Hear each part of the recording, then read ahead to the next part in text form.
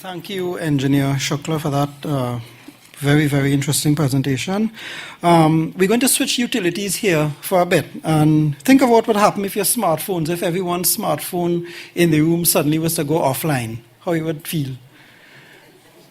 Right? You would suddenly be in sort of a daze. So right now I'm going to introduce Engineer James Richardson from TSTT to give his perspective on TSTT's disaster management preparations. Engineer Richardson.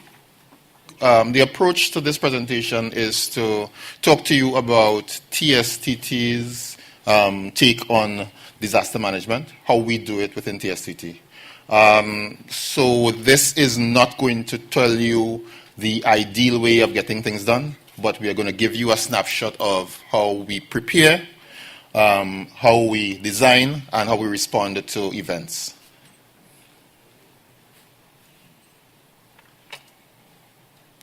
Good. So this kind of gives you a background as to the critical nature of telecommunications in a disaster event.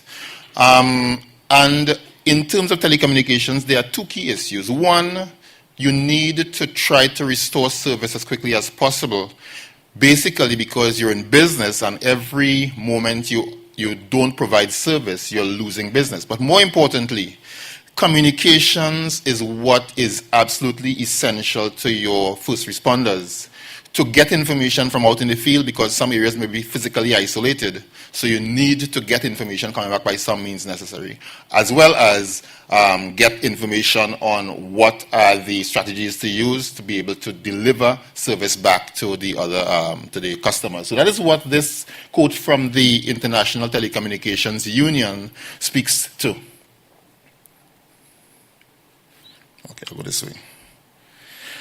For those of you who don't know who TSTT is, I give you a snapshot as to the business that we're in.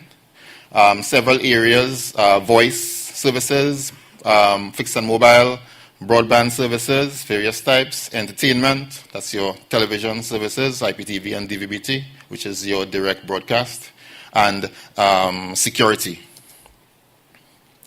In terms of the physical assets, because it's critical for us to understand the physical assets that we manage and be able to plan around the protection and the recovery of those assets. So at a snapshot, we have 18 major network sites, over 80 smaller sites in terms of the number of customers that they service. In terms of commercial buildings and work centers, just about 27 of those. Hundreds of cell sites, and a little more than that in terms of towers, because you also have towers for your microwave transmission sites. In terms of our communication cables, we have over 5,600 kilometers of fiber optic cables, 40% of which is underground in ducts. And then we have a little more copper cables, which is really your distribution to your direct customers. In terms of assessing our risk, we look at both natural and man-made hazards, and then we do some kind of risk analysis as to what the possible impact could be of these hazards on the operations. So in terms of the natural hazards, again, we would have gone through this list at various times during the presentations this morning and this afternoon. Your storms and hurricanes, floods, landslides, earthquakes, lightnings, volcanoes. And in man-made, there are several man-made hazards that we also are aware of and plan around. In terms of the impact of those hazards, we look at the impact of them on the infrastructure as well as on the service. And what I want to point out there is the second point, which is the earthquakes. And you'd see within the slide a note on network congestion. The unique thing about telecommunications is that for all other businesses, when an earthquake occurs, everybody is concerned about what damage has been done, whether their families and friends are safe. And so the first thing they do is they pick up their phones and they start making calls. So inevitably you get congestion on all your networks. So that to us is a hazard. that's a disaster ready to happen because it can shut the network down. So we have implemented strategies whereby as soon as the event occurs, there are persons who know that their primary responsibility is to get online and start managing the congestion on the network to ensure that it doesn't have any terminal degradation to the service. In terms of our philosophy, it focuses around systems, processes, and people. We look at, and this is another way of seeing at what everybody else has said before, mitigation actions meant to reduce the chance of occurrence or reduce the damaging effects. Preparedness, putting things in place so that when the event occurs, inevitably, we have the processes, the people, and the resources to respond. And then you have your response and recovery. Recovery being taking it back to normalcy, where we can say, okay, we're back to normal now, it's business as usual, and we go back to our day jobs. I distinguish that from the response, which is really to get at least basic service back up, whether it's prioritized in terms of the types of services or whatever. Some quick definitions, industry definitions, just to make the rest of the presentation palatable. The core network, that's our high-capacity processing facilities central to the network. That's where we have, and I talked about the 18 major offices. That's where our core equipment is held. And it's both for switching and transmission. Transmission in our context is really the high-speed communication between the various offices. A bit about the network, high level. The core network, the core fixed network, which is your landlines, there are 12 primary voice switches and 82 remote switches distributed across the country, going to very small areas with capacities of about 640 lines, some of them a little less than that. And then we have 2 next-generation tandem switches. And if you see there, the purpose of the tandem switches is twofold. 1, to connect the fixed line network to the mobile network, and 2, as the point of interconnection to all of the other service providers. And we're talking the Flow and the Digicel and all of the other service providers. It's important to note that the communication between all the service providers is via this switch. So that's what makes it very critical, and that's why I pointed it out. Just a glance at the design of the switching network. You would notice the missing link between Trinidad and Tobago. As engineers, I know you would assume that it's because it's wireless, but really, it's an omission from the slide. There are 2 facilities linking Trinidad and Tobago. Before, up to March of 2012, we had multiple high-speed microwave radio systems linking the islands. In April 2013, we added a high-speed fiber optic submarine cable between the islands. So we now have optical diversity to the radios, and 2, we have greater capacity available for communication between the 2 islands. Let's talk quickly about the mobile network. 2 mobile switches at San Juan and San Fernando. Notice the geographic distribution of the 2 switches, and you have the associated cell sites homing into their serving switch. Second point talks about the capacity available at each of the switches. Note that each of the switch has the capacity to carry the traffic for the entire country. However, because the associated cell sites are physically connected to these switches, it is not an automatic switch over. Some reconfiguration will be required at the transport nodes to be able to move them onto the second switch if one fails totally. In terms of our design criteria, it's things I think when you hear it, it sounds like it's obvious, yeah? The core infrastructure, which is the switches, your transport nodes, etc., they're designed to survive any single component failure incident through module redundancies, backup systems, load sharing, the works. All the In terms of physical security, all of the core switches, all the core offices, are equipped with remote control security for access control, so that the security center knows when any of the buildings has been entered into.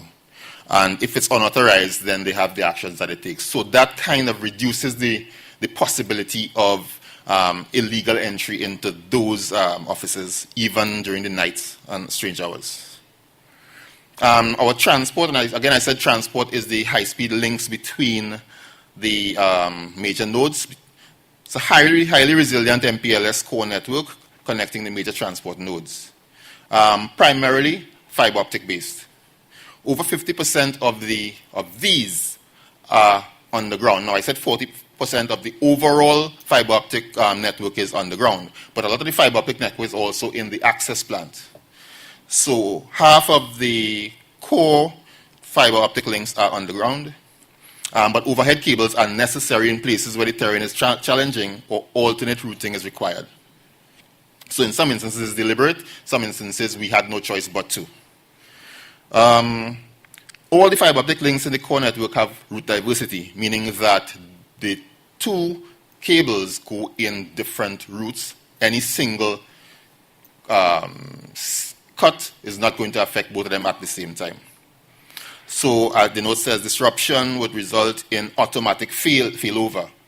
All right, so that increases the availability of the service, even if there is disruption to the physical infrastructure. In many instances, it's configured as functional optical rings. And we talk about the communication to Tobago. I mentioned that already. In some instances, we have high-capacity microwave radios to complement the optical links.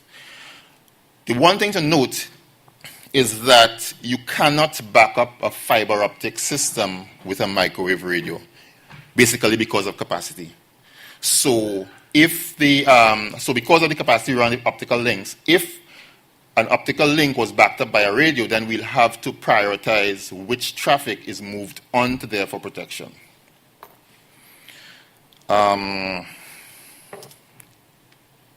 This is a pictorial view of the transport network, and you can see at a glance, you can see the existence of some major rings, for example, and you can also see that each of the nodes is served by at least two facilities coming out of it. So that's the intention behind the picture. So there is diversity for all of the major nodes. And the access network again is from your switching station to the customer. That's your last leg. Used to be copper all the time. Now it has changed. There's some fiber optic in the middle there now. You have electronics closer to your home. Route diversity is not typically provided, but in some instances, especially in terms of businesses, you have the businesses willing to pay for that additional protection so that their service is more available. In some of the city centers, we have implemented optical rings. For example, you see west. There's also all through Port of Spain, many of the city centers. Critical to our survivability is the existence of the network monitoring facility.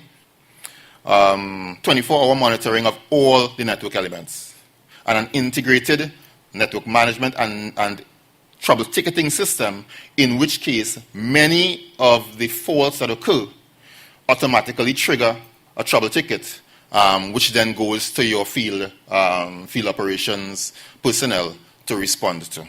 However, there are some instances where the personnel on duty have to create a ticket for themselves and then send it out to the relevant persons.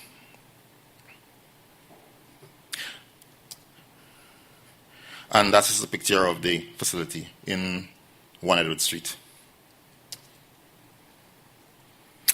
Looking at our preparation and response, and this talks about the processes and the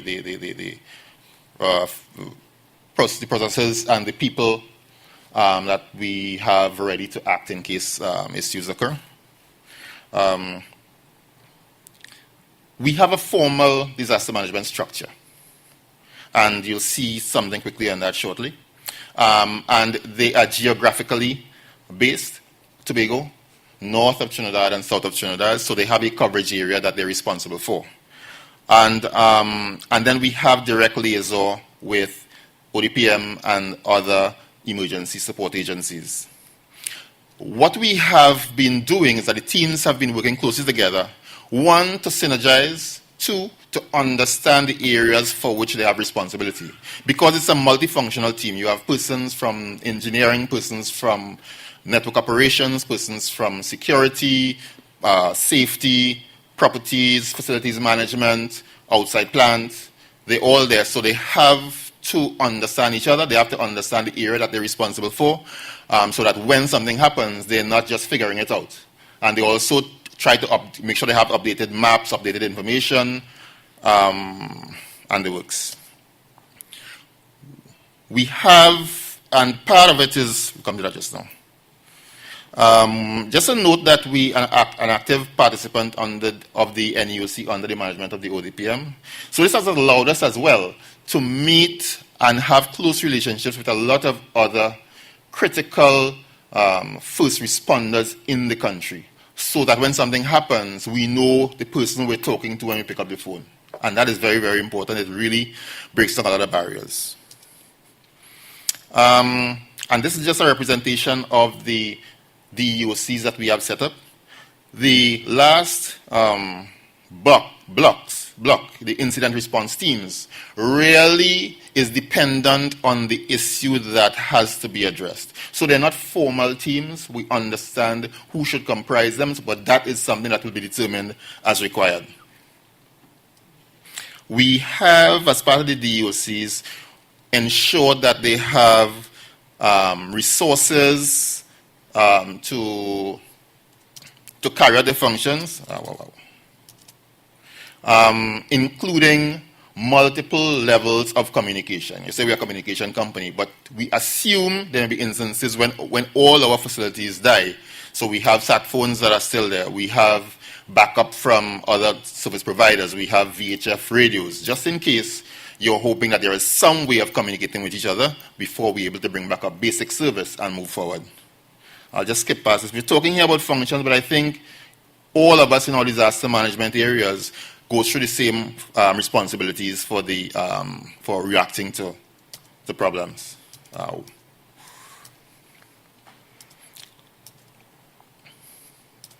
me just... and again, it's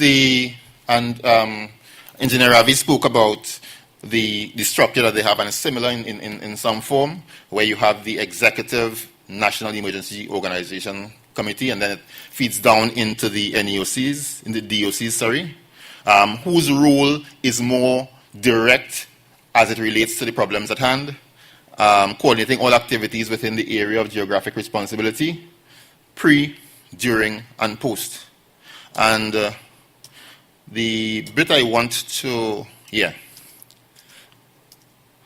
highlight the bit about the incident commanders. It is their function to assess the situation and determine who are the best persons to first go out on our behalf. And since we have so many little areas that we are responsible for. You have the transmission, you have the switching, you have the outside plant. It may be a property issue, if it's safety, security. So then we determine at that point which is the best incident commander to assign to the job as our first responder. And I'm not going to go through the things that we all are aware of and all accustomed to. But in terms of our critical success factors, what we see, the need for updated plans and procedures, responsible trained individuals, resources, and we cannot make light of the resources issue. Things like foodstuff, making sure that the persons who you have locked up in a room for a long period of time have what it takes to survive over that period and they're not concerned about it. The second to last point talks about critical service providers, relationship with critical service providers, and we've had the experience where we've had to call on persons to help us to go to their warehouses and pull stuff out and bring it. At that point in time, we didn't have formal MOUs set up, but we understand the need for the formal MOUs based on that experience.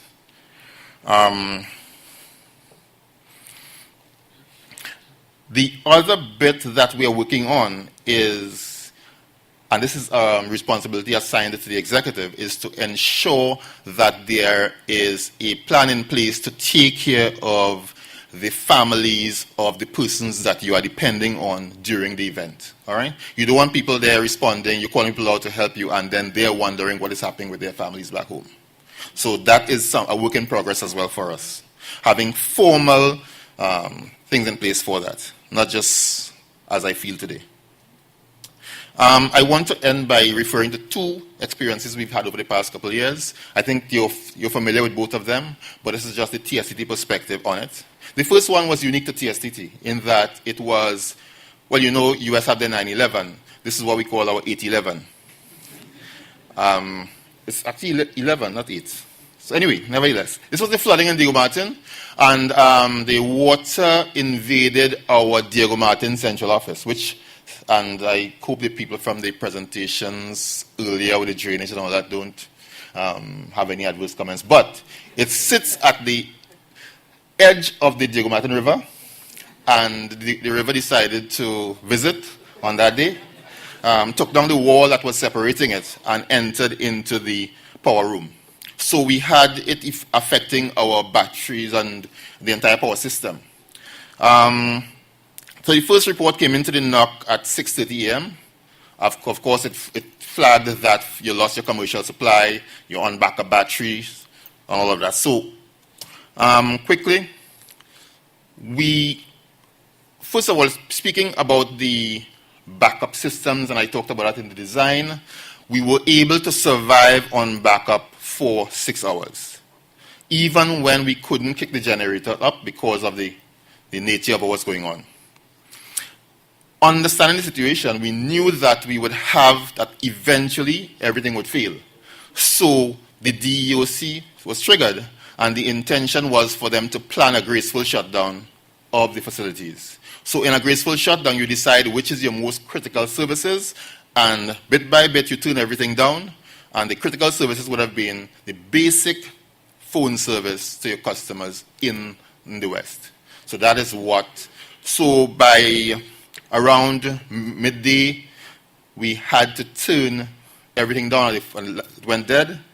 Between then and 11 p.m., by then they had the designs in and they were able to build a makeshift power supply through rolling in generators from wherever and working with our suppliers to get cables from their warehouses on a Saturday. And that was the day as well that Keyshawn won his medal in London, so people were not too happy to come out and work. But bottom line is, by 11 p.m. we started restoring service, and by Sunday morning all of the services were back up. However, that was just recovery. The actual back to normal took several months because of the nature of the problems that we had. So you had to go and do total redesign and then get everything signed off by T&Tech and whoever else before you could actually say we are back to normal. So the actual back to normal took a lot longer, and it happens in some instances. Not just over 2 days you're back up and running. So although the customers were seeing the services, we knew that we were not in a normal state. The second experience would have been March 29th last year, which is when we had the total power out blackout in Trinidad and Tobago. And let me give you some stats on it. The commercial power was lost around 12:30. So all facilities that we have became dependent on their backup powers, whether it is the exchanges, cell sites, transport, monitoring, everywhere. So in most cases, we had automatic triggering, automatic engaging of the backup facilities, except 10 out of 160 generators, and so somebody had to go and physically transfer it, and a couple fuel cells. In summary, the service to the business critical areas remained 100% working. 92% of the cell sites remained operational for the duration of the outage. And the worst ones lasted 3 hours. And that speaks to the design criteria for your backup power. There was no effect on international services. Voice, data, internet, international services remain running. 85% of the fixed line nodes, which is the intelligent cabinets being installed at the sides or the corners and fiber to the curb kind of thing, 85% remained running. Some of them died after a while. And overall, 5% of the fixed line customer base was negatively affected. The last point is really what we talk about in terms of communication. There was constant communication between ourselves and ODPM and TNTech. So we understood not just what was happening now, but what the projections were for TNTech. They would tell you, it seems like this site will be out for the next 4 hours, so we know we roll out a mobile generator so that it doesn't totally fail. So that is why it's critical, that relationship that we have. It sounds almost like it's obvious. It definitely is obvious, but it takes some work to put it in place. We still have a lot of work to do. It doesn't always work the way we expect it to, but we learn every day, and we learned a lot today as well from the Grentel experience. And